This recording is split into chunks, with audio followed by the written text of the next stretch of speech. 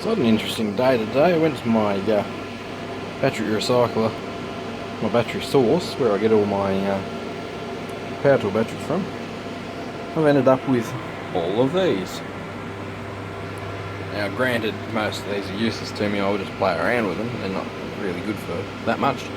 They're almost all Nicads. I think there's one or two nickel metal hydrides. 5 amp Hitachi Li-ion. There's 3 4 amp Milwaukees and 1 5 amp lithiums. 2 3 amp Makita lithiums. They've got them crappy cells and they're not really worth talking about. A Black & Decker 18 volt Nicad.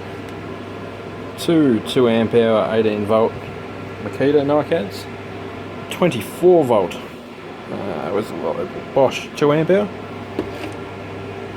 3 GMC 18 volt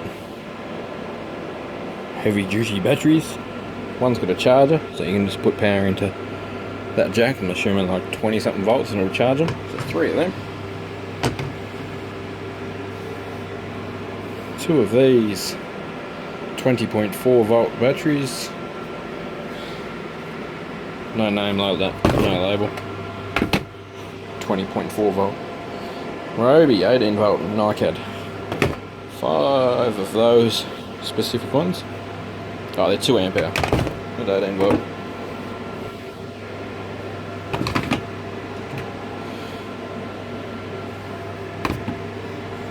Apparently they're part of the One Plus system. It's kind of cool. 2 more Ryobi Nicad 1 Plus compatibles. So that'd be suitable for me to make an adapter to the 1 Plus gear. 2 Bosch. I think they're Bosch. No. Got nothing on them. Yeah, they're replacements. 14.4s. So they're the same as these.